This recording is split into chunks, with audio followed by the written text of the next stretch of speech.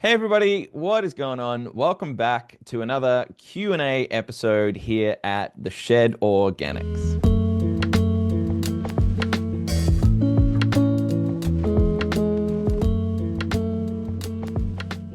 All right, everybody, today I thought I would dive into a little bit of the questions that have been asked of me recently. So many people are asking, what can I plant now? What should I be doing in preparation for winter? And how can I best make the most of my garden at this time? Now, currently, we are coming out of the summer season and we are moving towards winter quite quickly. So, it's time to start thinking about what we can be doing to best prepare and to make sure that we have all of those winter vegetables ready to roll come winter time.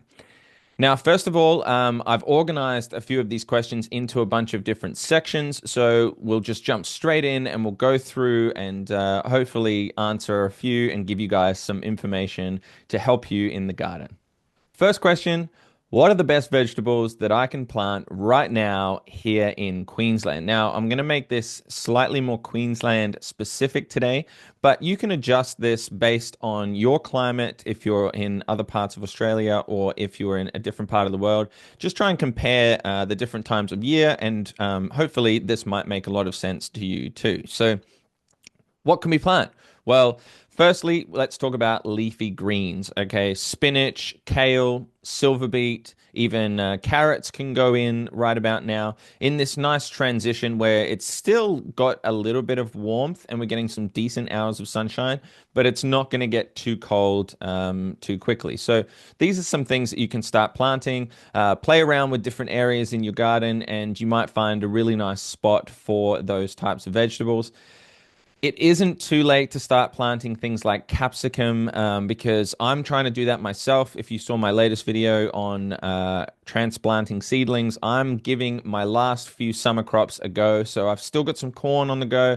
I've put in some eggplant and some capsicum seedlings to hopefully get a little bit out of the end part of this season. They're in a nice warm spot in the garden. So if you still want to grow some capsicums and things like this, try and get them in now, and you might be able to make the most of hopefully a slightly extended summer season here in Queensland. Things like pumpkins and zucchinis. You might see that I've already put in some zucchinis, hoping to get a few out of the last summer crop. But again, it's probably too late. I'm probably pushing my luck a little bit there in the garden, trying to get a few zucchinis out. But pumpkins are most likely definitely done for the year. But that means we can start turning our attention to things like brassicas, our broccoli, our cauliflower, our things like that. But we'll touch on that really quickly. Next question is, what herbs can thrive through autumn and winter? Now, herbs, generally, you can get away with some herbs all year round. Things like basil is probably starting to slowly finish up here in Queensland because we get some beautiful basil going through the summer. But now starting to plant some of your more winter-friendly herbs like your coriander, your parsley, things like this. Chives, thyme, these ones are also really good to be planting as they can really do well throughout the winter. You can get some luck through the summer in with some of these, less so your coriander and your parsley because these things tend to bolt and go to flower. You may have found that already, or it's just simply too hot in some of the times during summer. But as we move towards winter, you can start to think about planting those so you have a nice, luscious growth ready for all of those soups and to add to your cooking during winter. Next question is about flowers. Now, obviously, flowers, we want to bring in a lot of pollinators and keep some vibrant color in the garden as we move through winter. So the question is, what flowers can I plant now to keep my garden looking colorful in winter? Marigolds are always good. Marigolds are just a staple that I like to have in the garden as much as I possibly can. They also, when the flowers die, you get that beautiful seed head with plenty of seeds in there. So it just makes it so easy just to pluck off the dead head and just throw it back into the soil, and you're going to get more marigolds. So marigolds are a massive one. Pansies are good. You can sort of get that cottage garden kind of vibe going on with some pansies, violas, petunias, another good one. So think about these types of things to start planting. I would be careful in your full sun, but as the temperature starts to drop moving into March, these things become great for the next few seasons. So a couple there to go out and possibly purchase or start some seeds now in some seedling trays, and you'll be well on your way to some winter color. Next question is how to best prepare the soil. So the question is, should I be adding compost now or wait until winter? Now, obviously, if you're thinking about a winter crop specifically, okay, we probably want to get some of that compost in the ground now so it starts to get to work through and some of the nutrients can get transported around. If you haven't got anything in the bed, this is where cover crops can be a really useful intermediary crop just to really boost the soil health. Then you can chop and drop it and add to the soil fertility. But in terms of compost, if you're planting your leafy greens, especially some of the silver beet and the spinach and the chards and things like this is where compost is going to be really valuable. So adding some compost now is not a bad idea at all. And I would highly suggest doing that if you are going to be planting those leafy greens. But if not, in definite preparation for those winter vegetable crops. Next question is about watering. Should I cut back on watering as it gets cooler? Now, this one seems like a given that you would cut back on watering, but it depends very much on the crop and how water intensive these crops are. Some crops that require a lot of water generally and are filled with a lot of water will still be heavy drinkers even through the winter. But as always, it's really important to get to know each of your plants as if they're your little guests or your clients coming into your house. It's best to know what their needs are and then get around to trying to cater to what they exactly need. So yes, we're pulling back on the watering because there's less heat, there's less evaporation. You might also be using mulch. Remember, sugarcane mulch is kind of really good at stopping water getting in, so it tends to keep the soil quite dry underneath. So things like straw, even lucerne mulch, I absolutely love, is a really good one. Or just simply your cover crop, green manure, chop and drop becomes a very, very good mulch. So yeah, I think watering, yes, we're going to cut back, but still don't just completely cut out the water because you never know whether some of these plants are still going to be heavy drinkers. Next question is a really big one. Now, this is about pests. Are there any common pests I should watch out for as the weather cools? Now, you may have noticed aphids are around quite a lot at the moment. So aphids are always going to be a problem at the moment, but also moving through into winter, those sap suckers just keep on coming.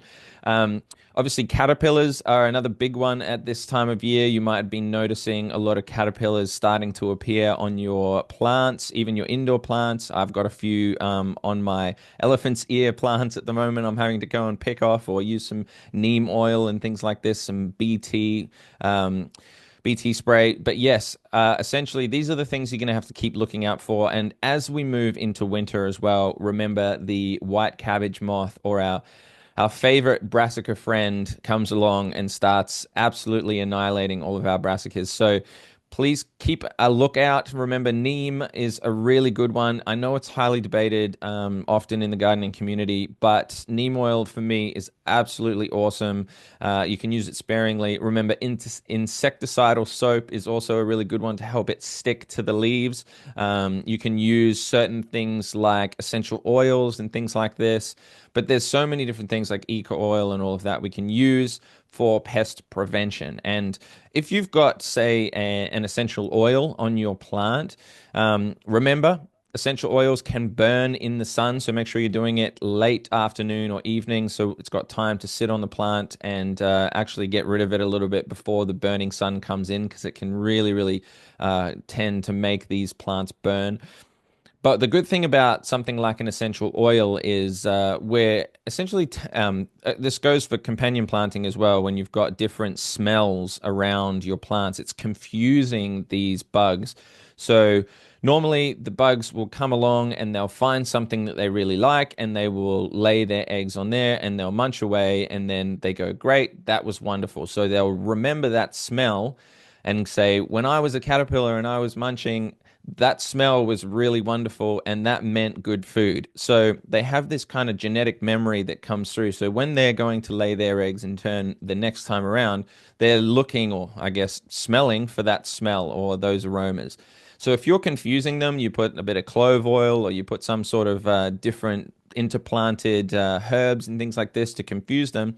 They're going to have no idea where to go, where to land, and they're most likely going to avoid your produce, which is great. So that's the theory. Doesn't always work, but we can always take these things into account. So that's IPM, integrated pest management.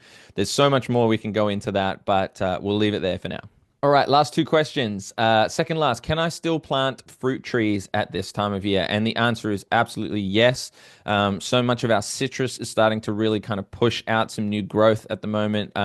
If you haven't seen fruit appearing, you would already be seeing some fruit hopefully appearing on your citrus trees. So now's a really, really good time. Deciduous fruit trees, apples, pears, things like this are really, really good as well because they can survive through the cooler months, especially here in Queensland. We tend to be very lucky with a lot of our warmer climate, even through the winter. Probably time is all done for our tropical fruits, things like our pineapples or our mangoes and things like this might be starting to finish up, but it's definitely time that you can still keep that citrus going. You can still keep some of those apples, pears, things like that going. So definitely now is a time where you can keep planting those fruit trees. So don't give up on the trees. Last one, is it a good time to start planting garlic and onion? Now, yes, for the most part. I would generally wait a little bit longer here in Queensland. If you're already in some of the southern states, Melbourne, or even down in Tassie and things like that, you might be well underway starting to get these things into the ground. Remember, these are winter crops, even things like your celery and stuff as well, but specifically garlic and onions for your bulbs and things like this. These are wonderful winter crops. So start to get them in now if you're in the cooler climates, but if not, here in Queensland, maybe start to think about what varieties you'd like to grow this year and then which ones you're going to get into the ground, prepare the bed, maybe a little bit of light fertilizers and things like this. Get it ready so that when winter time comes or when the planting season starts, maybe sort of moving into autumn, I would say, here in Queensland, then you can pop those in the ground and look forward to a wonderful harvest of garlic and onions because let's face it, they're absolute staples in the kitchen. They give us wonderful flavor. There's so many medicinal properties that we can get out of things like garlic as well. So highly recommend planting some this year. Give it a go. It's not always the easiest, but definitely give it a go and see what varieties you can grow. In fact, let me know if you're thinking about growing some different varieties of garlic because I'm very keen to plant some garlic this year. So throw some down in the comments as to what you are growing. Great. Now that wraps up the Q&A for this episode. Thank you so much for watching. As always, please leave a like, leave a comment. But most importantly, if you have a question, send it in. Send it to me on any of my social channels. I get them through all sorts of different messages and comments on different videos and things. I collate them all and bring them together for you guys to start asking here on the Q&A show. So please don't feel bad that any question is a bad one. All questions are good. We just want to know what is best for our gardens, and we're trying to find the truth here. We're trying to help each other learn. So please let me know what questions you have. Otherwise, again, thank you for watching, and I'll see you again very soon.